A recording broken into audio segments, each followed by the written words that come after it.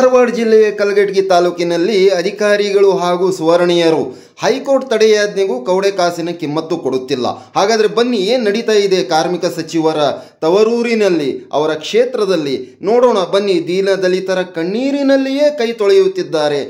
ದಯವಿಟ್ಟು ಸಿದ್ದರಾಮಯ್ಯ ಸರ್ ಅವರೇ, ಮುಖ್ಯಮಂತ್ರಿಗಳೇ, ಶೋಷಿತ ವರ್ಗಗಳ ಹೆಸರಿನಲ್ಲಿ ನೀವು ರಾಜ್ಯಭಾರ ಮಾಡುತ್ತಾ ಇದ್ದೀರಾ.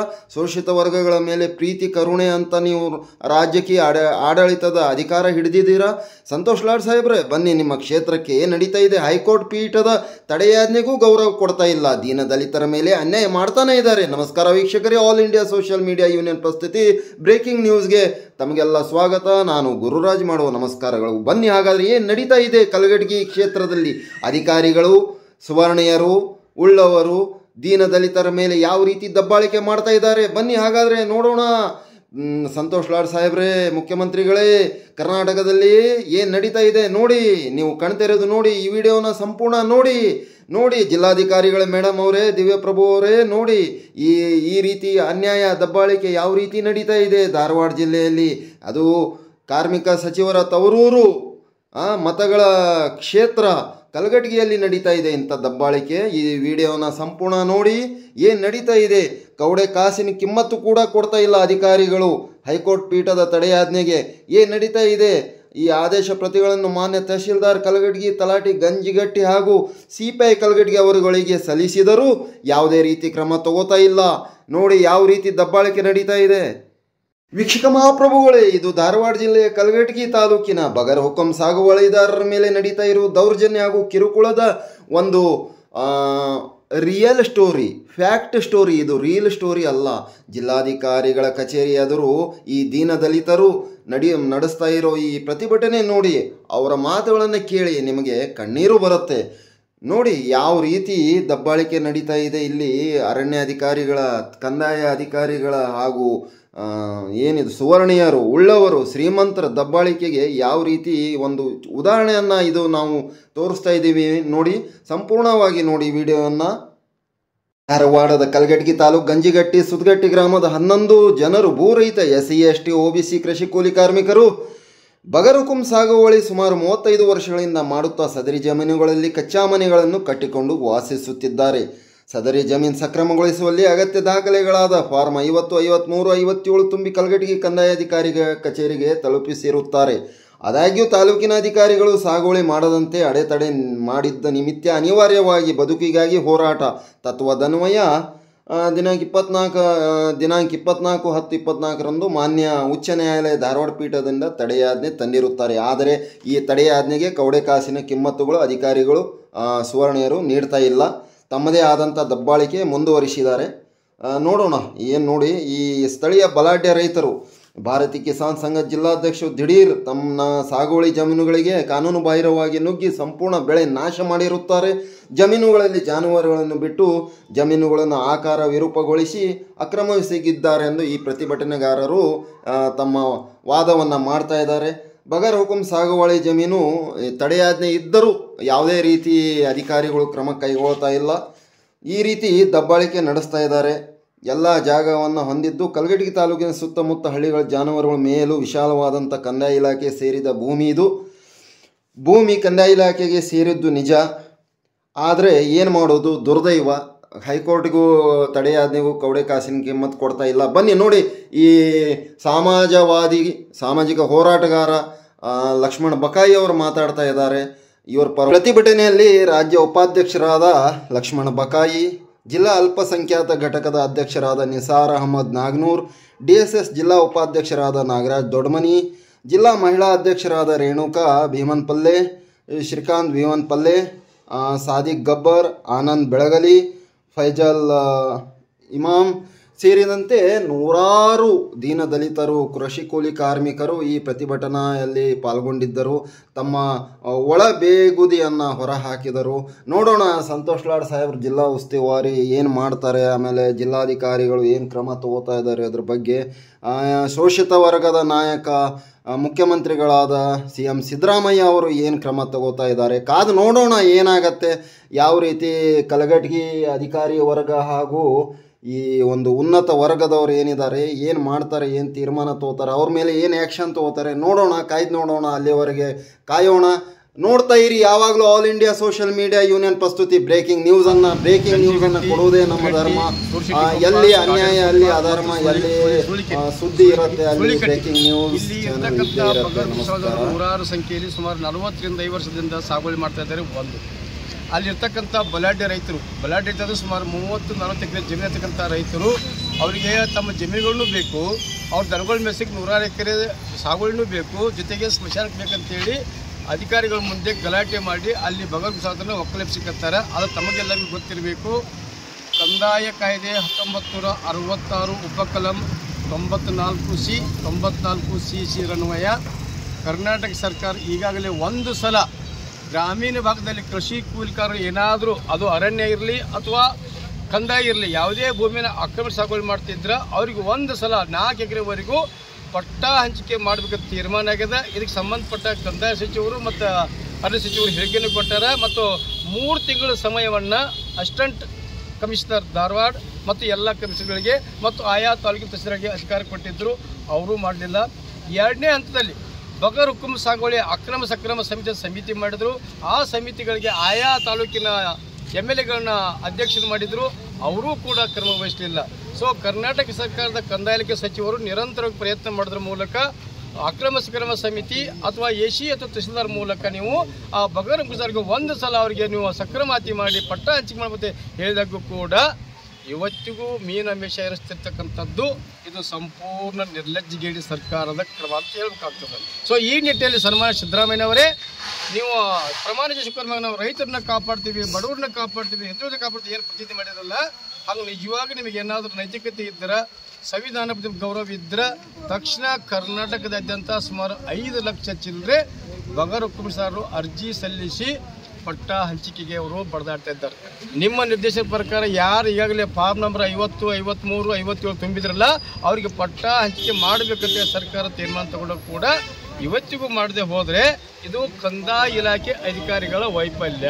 ಭಾಳ ಸ್ಪಷ್ಟವಾಗಿ ಹೇಳಬೇಕಾಗ್ತದೆ. ಆಯಾ ತಾಲೂಕಿನ ತಹಸೀಲ್ದಾರ್ಗಳು ಸರ್ವೆ ಮಾಡಿ 50, 53, 57 ಯಾರು ತುಂಬಿದಾರೋ ಅಂಥವ್ರೆಲ್ಲ ಅರ್ಜಿಗಳನ್ನು ಪಟ್ಟಿ ಮಾಡಿ ಅಸಿಸ್ಟೆಂಟ್ ಕಮಿಷನರ್ ಮೂಲಕ ಅದನ್ನು ತೀರ್ಮಾನದ ಮೂಲಕ ಜಿಲ್ಲಾಧಿಕಾರಿ ಮೂಲಕ ಶಿಫಾರಸು ಮಾಡಿ ಸರ್ಕಾರಕ್ಕೆ ಜವಾಬ್ದಾರಿಯನ್ನು ಮರ್ತಿರೋದು ಎಲ್ಲ ತಾಲೂಕು ಆಡಳಿತ. ಅದು ವಿಶೇಷವಾಗಿ ಧಾರವಾಡ ಜಿಲ್ಲೆ ನಂಬರ್ 1 ಕಲಘಟಗಿ ತಾಲೂಕು ಆಡಳಿತ ಭಾಳ ಬೇಜವಾಬ್ದಾರಿಯಲ್ಲಿ.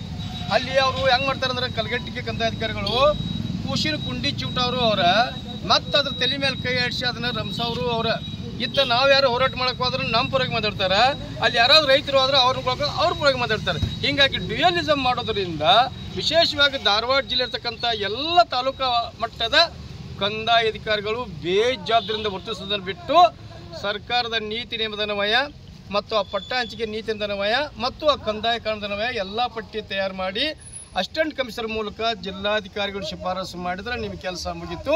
ಮೊದಲನೇ ಹಂತ. 2ನೇ ಹಂತ ಜಿಲ್ಲಾಧಿಕಾರಿ ಎಲ್ಲ ಪಟ್ಟಿಯನ್ನು ನೇರವಾಗಿ ಪ್ರಧಾನ ಕಾರ್ಯದರ್ಶಿ ಕಂದಾಯ ಇಲಾಖೆ, ಪ್ರಧಾನ ಕಾರ್ಯದರ್ಶಿ ಅರಣ್ಯ ಇಲಾಖೆಯವರಿಗೆ ಕಳಿಸಿದರೆ ಸನ್ಮಾನ್ಯ ಸಚಿವರು ಹೇಳಿದಂಗೆ 3 ತಿಂಗಳಿಗೆ ಎಲ್ಲ ಬಗರ್ದವರಿಗೆ ಪಟ್ಟ ಹಂಚಿಕೆ ಗ್ಯಾರಂಟಿ ಆಗ್ತದೆ, ಏನು ಸಮಸ್ಯೆನೇ ಇಲ್ಲ. ಅಧಿಕಾರಿಗಳು ಯಾರಿಗಪ್ಪ ಅಂತಂದ್ರೆ ಕಂದಾಯ ಇಲಾಖೆ ಅಧಿಕಾರಿಗಳಿಗೆ, ಅದು ವಿಶೇಷವಾಗಿ ತಾಲೂಕು ಆಡಳಿತಕ್ಕೆ ಮಾತ್ರ. ಸೊ ಅವ್ರ ಮೇಲೆ ನಮ್ಮದು ಆರೋಪ ಇದೆ ವಿನಃ ಜಿಲ್ಲಾ ಮೇಲೆ ಖಂಡಿತ ಇಲ್ಲ. ಯಾಕಂತಂದ್ರೆ ಜಿಲ್ಲಾ ಏನೇ ಕ್ರಮ ತಗೊಂಡ್ರೆ ಬೇಸ್ಡ್ ಆನ್ ತಾಲೂಕಾ ಅಧಿಕಾರಿಗಳ ವರದಿ, ಆ ವರದಿ ಒಪ್ಸಲಿ ಇವರು ಮೀನಮೇಷ ಮಾಡ್ಲಿಕ್ಕತ್ತಾರ. ಅವ್ರ ಉದ್ದೇಶ ಗೊತ್ತಾಗ್ತಾ ಇಲ್ಲ. ಅದರ ಉದ್ದೇಶಕ್ಕೋಸ್ಕರ ಮೊನ್ನೆ ಸೂರಶೆಟ್ಟಿಕೊಪ್ಪ, ಸುತ್ತಗಟ್ಟಿ, ಸುಳಿಕಟ್ಟಿ, ಆಮೇಲೆ ಕಾಡ್ನಕೊಪ್ಪ ಎಲ್ಲ ಕಡೆಗೆ ಸುಮಾರು 35 ವರ್ಷದಿಂದ ಮಾಡ್ತಕ್ಕಂಥ ಬಗರ್ಗಳಿಗೆ ಪಟ್ಟ ಹಂಚಿಕೆ ಮಾಡಲಿ ಕಾರಣದಲ್ಲಿ ಯಾವುದೇ ಅಡೆತಡೆ ಇಲ್ಲ ಅಂತಕ್ಕಂಥ ಸ್ಪಷ್ಟವಾಗಿ ಎಲ್ರಿಗೂ ಗೊತ್ತದೆ. ಆದರೆ ಇವರು ಬೇಜವಾಬ್ದಾರಿಯಿಂದ ಆಗ್ತಾ ಇಲ್ಲ. ಇದು ನಮ್ಮ ಆರೋಪ ತಾಲೂಕು ಆದ್ಮೇಲೆ ಇದನ್ನ ಜಿಲ್ಲಾಧಿಕಾರಿಗಳು ಗಂಭೀರವಾಗಿ ಪರಿಗಣಿಸಿ AC ಅವ್ರನ್ನೆಲ್ಲ ಕಡೆಗೆ ಓಡಿಸಾಡೋದ್ರ ಮೂಲಕ ರಿಪೋರ್ಟ್ ತರಿಸೋದ್ರ ಮೂಲಕ ತಕ್ಷಣ 1 ವಾರದೊಳಗಾಗಿ ಕಂದಾಯ ಇಲಾಖೆ ಅಧಿಕಾರಿಗೆ ಕಳಿಸಿ ಬಡವರ ರಕ್ಷಣೆ ಮಾಡಬೇಕನ್ನೋದೇ ನಮ್ಮೆಲ್ಲರ ಬೇಡಿಕೆ. ಲಕ್ಷ್ಮಣ ಬಕ್ಕಾಯಿ, ಜಿಲ್ಲಾಧ್ಯಕ್ಷರು, ಉತ್ತರ ಕರ್ನಾಟಕ ಹೋರಾಟ ವೇದಿಕೆ. ಜೈ ಭೀಮ್, ಜೈ ಭಾರತ್.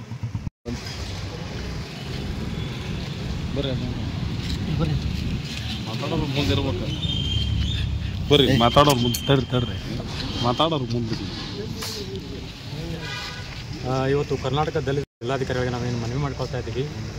ಈ ರಾಜ್ಯದಲ್ಲಿ, ಈ ದೇಶದಲ್ಲಿ ಒಂದು ಕಡೆ ಒಬ್ಬ ವಿದ್ಯಾರ್ಥಿ ಶಿಕ್ಷಣ ಮುಗಿಸಿ ಊರಿಗೆ ಬಂದರೆ ಅವಾಚ್ಯ ಶಬ್ದಗಳಿಂದ ಮಾತನಾಡ್ತಾರೆ. ನೀನು ಯಾರು, ಜಾತಿಯಿಂದ ಅಸ್ಪೃಶ್ಯ ಅದಿ, ನೀನು ದಲಿತನದಿ, ನೀನು ಯಾಕೆ ಶಿಕ್ಷಣ ಮಾಡಿದೆ, ನೀ ಯಾಕೆ LLB ಮುಗಿಸಿದಿ, ಈ ಥರ ಮಟ್ಟಿಂದ ಒಂದು ಕಡೆ ಮಾತಾಡ್ತಾರೆ. ಯಾರು ಮಾತಾಡ್ತಾರೆ? ಯಾದಗಿರಿ ಜಿಲ್ಲೆಯಿಂದ ಈ ಥರದ ಒಂದು ಸುದ್ದಿಯನ್ನು ಇವತ್ತು ರಾಜ್ಯಾದ್ಯಂತ ಒಂದು ಮಾಧ್ಯಮದ ಮುಖಾಂತರ ಹಲವಾರು ಕಡೆ ಈ ಮಾಧ್ಯಮದ ವರದಿ ಆಗೈತಿ. ಅದೇ ರೀತಿಯಾಗಿ ನಿನ್ನೆ ಮೊನ್ನೆ ಏನು ಚಾಮರಾಜನಗರದಲ್ಲಿ ಒಬ್ಬ ದಲಿತ ಮಹಿಳೆ ಶಾಲೆ ಬಿಸಿ ಊಟ ನೀಡ್ತಕ್ಕಂಥ ಒಂದು ಮಹಿಳೆ ಶಾಲೆಯನ್ನು ಸೇರಿದ್ರೆ ಅಲ್ಲಿ 22 ಇರ್ತಕ್ಕಂಥ ವಿದ್ಯಾರ್ಥಿಗಳು ಎಲ್ಸಿ ಕಿತ್ಕೊಂಡು ಬೇರೆ ಕಡೆ ಶಾಲೆಗನ್ನು ಏನು ಬೇರೆ ಶಾಲೆಯನ್ನು ಬಿಟ್ಟು ಬೇರೆ ಕಡೆ ಹೋಗ್ತಾರೆ. ಈ ರೀತಿ ರಾಜ್ಯದಿಂದ ಸುಮಾರು ಹಲವಾರು ವಿಚಾರಗಳು ದಲಿತರ ಮೇಲೆ ಹಾಗೂ ಹಿಂದುಳಿದರ ಮೇಲೆ ಅಸಂಖ್ಯಾತ ದೌರ್ಜನ್ಯಗಳು, ದಬ್ಬಾಳಿಕೆಗಳು, ಅತ್ಯಾಚಾರಗಳು ಈ ಥರ ಎಲ್ಲ ಸೃಷ್ಟಿಯಾದರೂ ಕೂಡ ಸರ್ಕಾರ ಇದಕ್ಕೆ ಗಮನ ಕೊಡ್ತಾ ಇಲ್ಲ. ಒಂದು ಕಡೆ ಈಗ ಸುಮಾರು 2 ವರ್ಷಗಳಿಂದ ಏನು ಧಾರವಾಡ ಜಿಲ್ಲೆಯ ಕಲಗಡಿ ತಾಲೂಕಿನ ಸುತ್ತಗಟ್ಟಿ ಮತ್ತು ಗಂಜಿಗಟ್ಟಿ ಮತ್ತು ಸುಸಟ್ಟಿ ಗ್ರಾಮದಲ್ಲಿ ಏನು ಕಡು ಬಡವರು ತನ್ನ ತಂದೆ ತಾಯಿ ಹೆಂಡತಿ ಮಕ್ಕಳ ಜೊತೆ ಏನು ಉಪಜೀವನ ಏನು ಒಂದು ಬಗರು ಸಾಗುವಳಿ ಮಾಡ್ಕೊಂಡು ಏನು ಉಪಜೀವನ ಕಟ್ಕೊಂಡಿದಾರಲ್ಲ ಅವ್ರ ಮೇಲೆ ನಿರಂತರವಾಗಿ ದೌರ್ಜನ್ಯ ದಬ್ಬಾಳಿಕೆ ನಡೀತದೆ. ಇದಕ್ಕೆ ಮೂಲ ಏನು ಕಾರಣಪ್ಪ ಅಂತಂದರೆ ಕೆಲವರು ಪಟ್ಟಭದ್ರ ಹಿತಾಸಕ್ತಿಗಳು ಏನು ಅಧಿಕಾರಿಗಳಿಂದ ಶಾಮೀಲಾಗಿ ಅವ್ರ ಮುಖಾಂತರ ಏನು ಕಾನೂನು ಅರಿವಿಲ್ಲದೆ ಇವತ್ತು ದಲಿತರ ಮೇಲೆ ನಿರಂತರವಾಗಿ ದಬ್ಬಾಳಿಕೆ ಏನು ನಡೀತದಲ್ಲ ಅದು ಸಂಪೂರ್ಣವಾಗಿ ಅದು ಬಂದ್ ಆಗಬೇಕು ಮತ್ತು ಸರ್ಕಾರ ಇದರ ಮೇಲೆ ಹೆಚ್ಚುವರಿಯಾಗಿ ಒತ್ತಡ ತರಬೇಕಂತಲ್ಲಿ ವಿನಂತಿ ಮಾಡ್ಕೊಳ್ತೇನೆ. ಅದೇ ರೀತಿ ಈಗ ಏನು ಸದ್ಯದಲ್ಲಿ ಕೆಲವೊಂದು ರೈತರು ಏನು ಬಗರ್ಕುಂ ಸಾಗುವಳಿ ಮುಖಾಂತರ ಏನು ಸಾಗುವಳಿ ಮಾಡಿದಾರಲ್ಲ ಅವರು ಸಾಗುವಳಿ ಮಾಡತಕ್ಕಂಥ ಎಲ್ಲ ಭೂಮಿಗಳಿಗೆ ಅವಕಾಶ ಮಾಡಿಕೊಡ್ಬೇಕು ಮತ್ತು ಈ ಬಗರು ಭೂಮಿಗಳು ಸಾಗುವಳಿದಾರರ ಮೇಲೆ ಯಾವುದೇ ರೀತಿ ದೌರ್ಜನ್ಯ ನಡೆದಂತೆ ನಾವು ಸೂಕ್ತ ದಿನದಲ್ಲಿ ಕ್ರಮ ಕೈಗೊಳ್ಬೇಕಂತೇಳಿ ಮಾಧ್ಯಮ ಮುಖಾಂತರ ನಾವು ಮನವಿ ಮಾಡ್ಕೊಳ್ತೀವಿ. ಜೈ ಭೀಮ್, ಜೈ ಭಾರತ್. ಎಷ್ಟು ಎಕರೆ ಇದು ಮಾಡ್ಯಾರ ಸರ್? ಸುಮಾರು ಅವರು ಒಂದೊಂದು ಕುಟುಂಬದವರು 2 ಎಕರೆಯಿಂದ 4.5 ಎಕರೆ ಗಟ್ಟಲೆ ಅವರು 3 ಎಕರೆ 2 ಎಕರೆ ಈ ರೀತಿ ಎಲ್ಲ ಸಾಗುವಳಿ ಮಾಡ್ಕೊಂಡಿದ್ದಾರೆ ಸರ್. ಎಷ್ಟು ಮಂದಿ ಅದರ ರೈತರಲ್ಲಿ? ಸುಮಾರು ಗಂಜಿಗಟ್ಟಿ ಕ್ಷೇತ್ರದಲ್ಲಿ ಸುಮಾರು ಅಲ್ಲಿ ಒಂದು 45 ಜನ, ಆಮೇಲೆ ಸುತ್ತಗಟ್ಟಿ ಗ್ರಾಮದಲ್ಲಿ ಅಲ್ಲಿ ಒಂದು 25-30 ಜನ, ಆಮೇಲೆ ಸುರಸಟ್ಟಿ ಗ್ರಾಮದಲ್ಲಿ ಅಲ್ಲಿ ಒಂದು 20 ಕುಟುಂಬಗಳು. ಇದೇ ರೀತಿ ತಾಲೂಕಿನಲ್ಲಿ ಸುಮಾರು ಜನ ಈಗ ಭೂಮಿಯಲ್ಲಿ ಸಾಗುವಳಿ ಮಾಡ್ತಿದ್ದಾರೆ. ಅವ್ರ ಮೇಲೆ ಯಾವುದೇ ರೀತಿಯಲ್ಲಿ ದೌರ್ಜನ್ಯ ಆಗದಂತೇಳಿ ತಮ್ಮಲ್ಲಿ ಮಾಧ್ಯಮ ಮುಖಾಂತರ ಸರ್ಕಾರಕ್ಕೆ ಮನವಿ ಮಾಡ್ಕೊತಿದ್ದೀನಿ. ಜೈ ಭೀಮ್, ಜೈ ಭಾರತ್. ನನ್ನ ಹೆಸರು ಸುರೇಶ್ ದೊಡ್ಡಮನಿ, DSS ವಿದ್ಯಾರ್ಥಿ ಒಕ್ಕೂಟ ಜಿಲ್ಲಾ ಸಂಘಟನೆಗಳು, ಧಾರವಾಡ. ಈಗ ಮುಂದಿನ ಹೋರಾಟ ನಿಮ್ಮದು ಸರ್? ಮುಂದಿನ ಹೋರಾಟ ನಮ್ಮದು ಯಾವುದೇ ರೀತಿಯಲ್ಲಿ ಅವರು ಬಗರುಕುಳ ಮೇಲೆ ನಿರಂತರವಾಗಿ ಇದೇ ರೀತಿ ದೌರ್ಜನ್ಯ ನಡೆದರೆ ಸರ್ಕಾರಕ್ಕೆ ನಾವು ಮುಂದಿನ ರೀತಿಯಲ್ಲಿ ನಾವು ದೊಡ್ಡ ಮಟ್ಟದ ಗಡುವ ಹಾಕುವಂಥ ನಾವು ಪ್ರಯತ್ನ ಮಾಡ್ತೀವಿ. ಅದನ್ನು ನಾವು ಈಗೇನು ಯಾವುದೇ ರೀತಿಯಲ್ಲಿ ನಾವು ಅದನ್ನು ಮಾಧ್ಯಮ ಮುಖಾಂತರ ಹೇಳಲ್ಲ. ನಿರಂತರವಾಗಿ ಇದೇ ರೀತಿಯಲ್ಲಿ ಅವ್ರ ಮೇಲೆ ದೌರ್ಜನ್ಯ ನಡೆದರೆ ನಾವು ಕೂಡ ಕಟ್ಟುನಿಟ್ಟಿನ ಕ್ರಮಗಳನ್ನು ಕೈಗೊಂಡು ಪ್ರತಿಭಟನೆ ಮುಖಾಂತರ ಸರ್ಕಾರಕ್ಕೆ ಒಂದು ಪ್ರಚೋದನೆ ಮಾಡ್ತೀವಿ ಅಂತೇಳಿ ವಿನಂತಿ ಮಾಡ್ಕೊತೀವಿ. ಒಂದೇ ನಿಮಿಷ. ಈಗ ಇದು ಹಿಂದುಳಿದ ವರ್ಗಗಳ ಅವ್ರ ಕ್ಷೇಮಾಭಿವೃದ್ಧಿಗಾಗಿ ಬಂದಂಥ ಸರ್ಕಾರ ಅಂತ ಹೇಳಿ ಸಿದ್ದರಾಮಯ್ಯ ಅವರು ಹೇಳ್ತಾರೆ. ಹೌದು ಸರ್, ಹೇಳ್ತಾರೆ. ಹಿಂದುಳಿದ ಈ ಸರ್ಕಾರದೊಳಗೆ ಹಿಂದುಳಿದವ್ರ ಮೇಲೆ ಆಮೇಲೆ ದಲಿತರ ಮೇಲೆ ಅನ್ಯಾಯ ಭಾಳ ನಡೆದು ಅಂತ ನೀವೇ ಹೇಳಿದ್ರಿ. ಈಗ ಉದಾಹರಣೆ ಸಹಿತ ಕೊಟ್ರಿ. ಹೌದು ಸರ್. ಈಗ ಹಿಂಗಿದ್ದಾಗ ಮುಂದಿನ ಸರ್ಕಾರದ ವಿರುದ್ಧ ತಮ್ದು ಏನಾದರೂ ಅದು ಸರ್ಕಾರ ಅದನ್ನು ಸೂಕ್ತರಿಲ್ಲ ಅದನ್ನು ಕ್ರಮ ವಹಿಸೈತಿ. ಕ್ರಮ ವಹಿಸಿಲ್ಲ ಅಂದ್ರೆ ಅದು ಕಾನೂನು ರೀತಿಯಲ್ಲಿ ನಾವು ಹೋರಾಟ ಮಾಡೋಕ್ಕೆ ನಾವು ತಯಾರಿದ್ದೀವಿ ಅಂತೇಳಿ ಈ ಸಂದರ್ಭದಲ್ಲಿ ಹೇಳಿ. ಮುಖ್ಯಮಂತ್ರಿ ಸಿದ್ದರಾಮಯ್ಯ ಅವರಿಗೆ ಏನು ಸಂದೇಶ ಕೊಡ್ತೀರಿ? ಅದು ರಾಜಕೀಯ ಪ್ರತಿನಿಧಿಗೆ ಕೆಲವೊಂದು ವಿಚಾರಗಳು ಗಮನಕ್ಕೆ ಬರೋದಿಲ್ಲ. ಅದು ಗಮನಕ್ಕೆ ಬರುವಂಥ ಕೆಲಸಗಳನ್ನು ನಾವು ಸಂಘದವರು ನಾವು ಮಾಡಬೇಕಾಗ್ತೈತಿ. ಆ ನಿಟ್ಟಿನಲ್ಲಿ ನಾವು ಮುಂದಿನ ದಿನಮಾನಗಳಲ್ಲಿ ನಾವು ಹೋರಾಟ ನಡೆಸ್ತೀವಿ. ಅವ್ರ ಗಮನಕ್ಕೂ ತರುವಂಥ ಪ್ರಯತ್ನ ನಾವು ಮಾಡ್ತೀವಿ.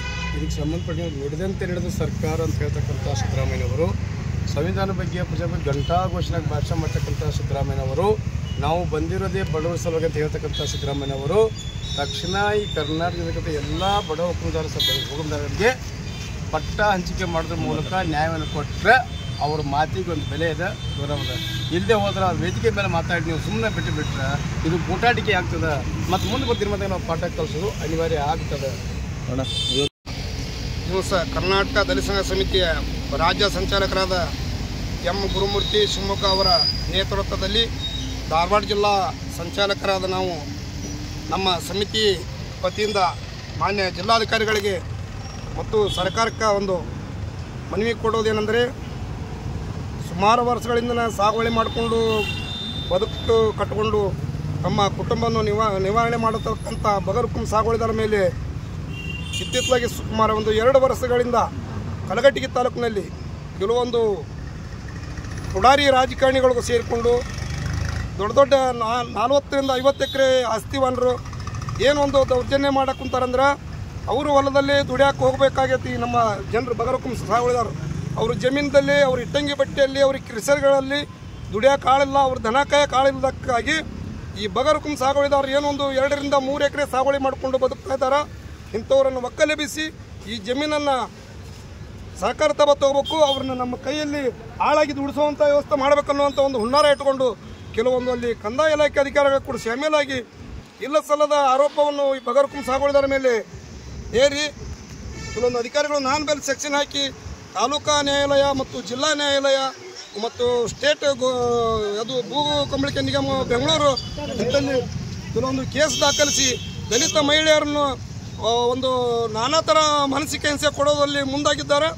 ಅದಕ್ಕೆ ಅಂಥ ನಾಚಿಕೆಟ್ಟ ಅಧಿಕಾರಿಗಳು ಕಲಘಟಗಿ ತಾಲೂಕಿನಲ್ಲಿ ಇರಬಾರ್ದು. ಒಂದನೇದು. ಎರಡನೇದಾಗಿ ನಮ್ಮ ಸಾಗುವಳಿ ಜಮೀನು ಏನು ಬದುಕ್ತಾ ಇದ್ದಾರೆ ಸರ್ಕಾರಿ ಜಮೀನು, ಅದು ಸರ್ಕಾರಿ ಜಮೀನು, ಬಡವರ ಜಮೀನು. ಅದನ್ನು ಸರ್ಕಾರಿ ಅಧಿಕಾರಿಗಳು ರಕ್ಷಣೆ ಮಾಡಬೇಕು, ಬಡವರನ್ನ ರಕ್ಷಣೆ ಮಾಡಬೇಕು. ಬಡವ್ರನ್ನ ಗ್ರಾಮದಲ್ಲಿ ನೆಮ್ಮದಿಯಿಂದ ಬದುಕಲು ಆದ್ಯತೆ ಕೊಡಬೇಕು. ಇದನ್ನು ಬಿಟ್ಟು ಏನು ಅವ್ರ ಅಪ್ಪನ ಆಸ್ತಿ ಕೇಳಕ್ಕೆ ಹೋಗಿಲ್ಲ ನಮ್ಮ ಜನ. 40 ಎಕರೆ 50 ಎಕರೆ 100 ಎಕರೆ ಆಸ್ತಿವನರದಾರ. ಅವರು ಮೇಲೆ ಒಂದಿಷ್ಟು ಮಂದಿ ಗುಂಪು ಮಾಡಿಕೊಂಡು ಈ ಜನರನ್ನು ಹೊರಗೆ ಹಾಕಾಕ, ಇವ್ರನ್ನೆಲ್ಲರನ್ನೂ ತಮ್ಮ ಹೊಲದಲ್ಲಿ ಅವ್ರ ದನ ಕರ ಕಾಯಕ, ಅವ್ರ ಹೊಲ ಕೆಲಸ ಮಾಡೋಕೆ ಇಟ್ಕೋಬೇಕು ಅನ್ನುವಂಥ ಒಂದು ಹುನ್ನಾರ ರೂಪಿಸ್ಕೊಂಡು ಕೆಲವೊಂದು ಮಂದಿ ಸಂಘಮತದಿಂದ ಇವ್ರನ್ನೇನು ಒಕ್ಕಲೆ ಸಾಕುಂತಾರ. ಅವ್ರ ಅಪ್ಪನ ಆಸ್ತಿ ನಮ್ಮ ಜನ ಕೇಳಕ್ಕಂತಲ್ಲ, ಸರ್ಕಾರ ಆಸ್ತಿ ಕೇಳಕ್ಕಂತೈತಿ. ಅಧಿಕಾರಿಗಳು ಮರ್ಯಾದೆಯಿಂದ ಈ ನಮ್ಮ ಜನರಿಗೆ ಹಕ್ಕುಪತ್ರ ಕೊಡಬೇಕು ಮುಂದಾಗಬೇಕು. ಇಲ್ಲವಾದರೆ ಈ ಸರ್ಕಾರದ ವಿರುದ್ಧ ಕೆಲವೊಂದು ಅಧಿಕಾರಿಗಳೇ ಇರುತ್ತೆ. ಅದರ ಏನೋ ಒಂದು ಸಂಘಮತದಿಂದ ಇವ್ರ ಮೇಲೆ ದಬ್ಬಾಳಿಕೆ ಮಾಡ್ತಾ ಇದ್ದಾರೆ. ಮಹಿಳೆಯರು ಹೊಲದಲ್ಲಿ ಒಬ್ಬೊಬ್ಬರ ಕೆಲಸ ಮಾಡೋಕೆ ಹೋಗಿ ಅವ್ರು ವಿಡಿಯೋ ಮಾಡ್ಕೊಳ್ಳೋದು, ಅವ್ರು ಫೋಟೋ ತೆಗೆಯೋದು, ಅವ್ರಿಗೆ ಏನೇನೋ ಅವಾಚ್ಯ ಶಬ್ದಗಳಿಂದ ಮಾತಾಡೋದು, ಇಂಥವೆಲ್ಲ ಕಲಘಟಗಿ ತಾಲೂಕಿನಲ್ಲಿ ನಡೆದವು. ಅದು ಆಗದಂಗೆ ನೋಡ್ಕೊತ ಹೋದ್ರೆ ಮಾನ್ಯ ಜಿಲ್ಲಾಧಿಕಾರಿಗಳಿಗೆ ಇವತ್ತೊಂದು ಮನವಿಯನ್ನು ಕೊಡಕಂತೀವಿ. ಕೆಲವೊಂದು ಅಧಿಕಾರಿಗಳು ಅವ್ರು ಕೂಡ ಶಾಮೀಲದಾರ.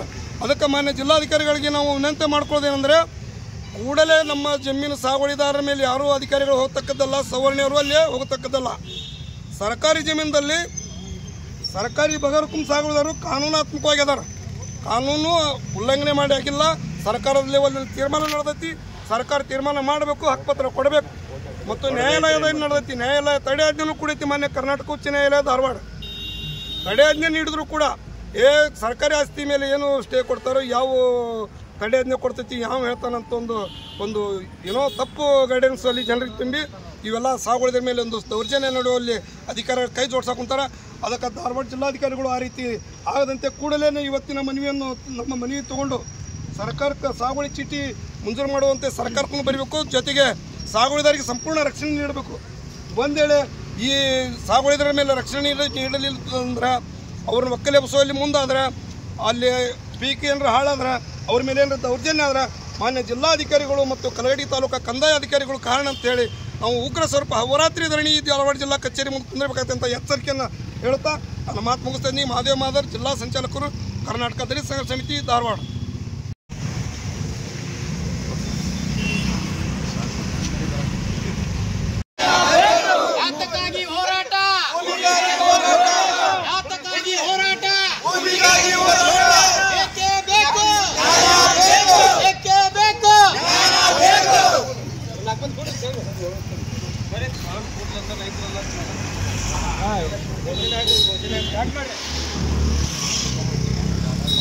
ಕರ್ನಾಟಕ ದಲಿತ ಸಂಘ ಸಮಿತಿ ಹೋರಾಟಕ್ಕೆ, ಕರ್ನಾಟಕ ದಲಿತ ಸಂಘ ಸಮಿತಿ ಹೋರಾಟಕ್ಕೆ,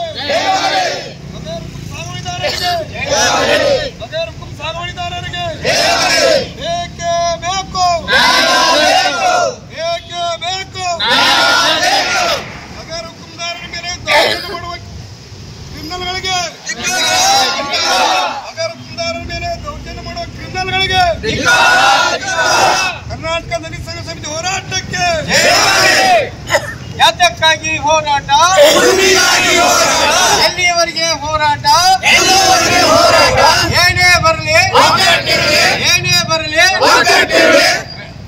ಕೃಷಿ ಕೂಲಿಕಾರರ ದಬ್ಬಾಳಿಕೆ ಮಾಡುವ ಮುಖಂಡರಿಗೆ, ಕೃಷಿ ಕೂಲಿಕಾರರ ದಬ್ಬಾಳಿಕೆ ಮಾಡುವ ಮುಖಂಡರಿಗೆ ಬೇಕೇ ಬೇಕು. ಯಾತಕ್ಕಾಗಿ ಹೋರಾಟ, ಎಲ್ಲಿವರೆಗೆ ಹೋರಾಟ, ಭೂಮಿ ನಮ್ಮ ಹಕ್ಕು, ಭೂಮಿ ನಮ್ಮ ಹಕ್ಕು, ಭೂಮಿ ನಮ್ಮ ಹಕ್ಕು, ಭೂಮಿ ನಮ್ಮ ಹಕ್ಕು. ದಬ್ಬಾಳಿಕೆ ಮಾಡುವ ರೈತ ಮುಖಂಡರಿಗೆ ಯಾತಕ್ಕಾಗಿ ಹೋರಾಟ, ಎಲ್ಲಿವರೆಗೆ ಹೋರಾಟ,